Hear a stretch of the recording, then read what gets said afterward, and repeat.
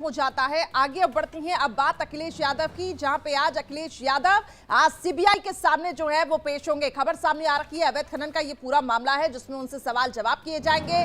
अखिलेश यादव गवाह के तौर पर पेश होंगे। दिल्ली के सीबीआई दफ्तर में पूछताछ होगी। इस वक्त की बड़ी खबर, अखिलेश यादव आज सीबीआई के सामने पेश होने हैं। अवैध खनन का ये पूरा मामला है जिसमें सवाल जवाब उनसे किए जाएंगे और एक गवाह के तौर पर भी वो पेश होंगे। दिल्ली के सीबीआई दफ्तर में पूछताछ होनी है।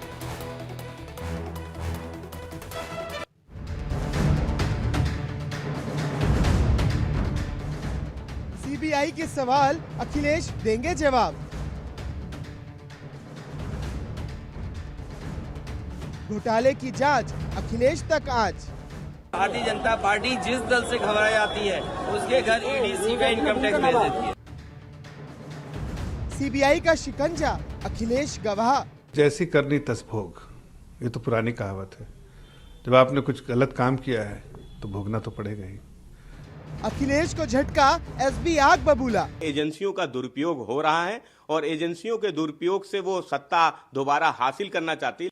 समाजवादी पार्टी अध्यक्ष अखिलेश यादव को झटके पर झटके लग रहे हैं। 2024 चुनाव से पहले अखिलेश की मुश्किलें लगातार बढ़ रही हैं।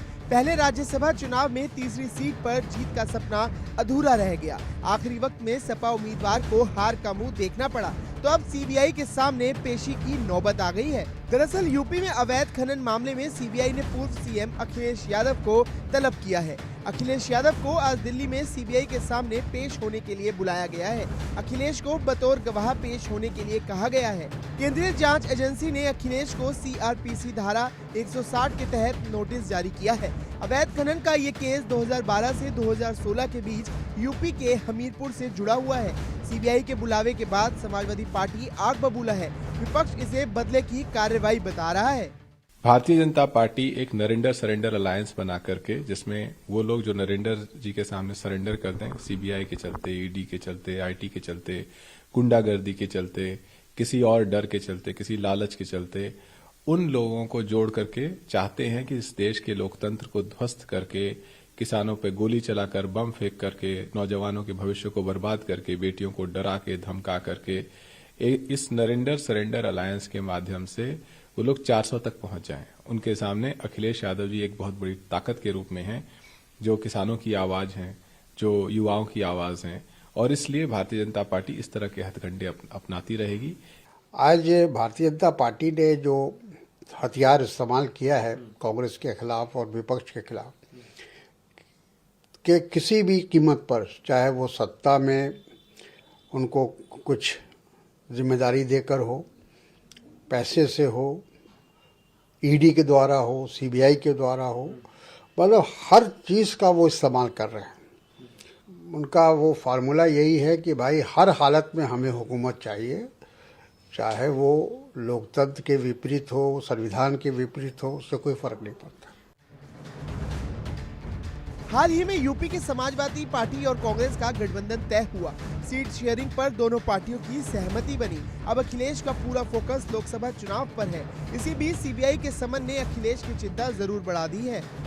कोई भी व्यक्ति व्यवस्था से बड़ा कैसे हो सकता है? किसी व्यक्ति को अगर किसी कानूनी संस्था ने, कानूनी आधार पर काम करने वाली संस्था ने बुलाया है और जांच में सहयोग करना चाहिए, वो सभी के लिए समान है। कोई भी व्यक्ति किसी भी पद पर होने के चलते हुए या किसी भी पद पर रहे होने के चलते हुए क्या व्यवस्था और संवैधानिक व्यवस्थाओं से ऊपर हो सकता है? बुलाया है, उनको सहयोग करना चाहिए जांच में। दरअसल समाजवादी पार्टी अब एक डूबता हुआ जहाज है और डूबते हुए जहाज पर लोग जो है वो उतर उतर के लोग भागते हैं। वो स्थिति है उनकी।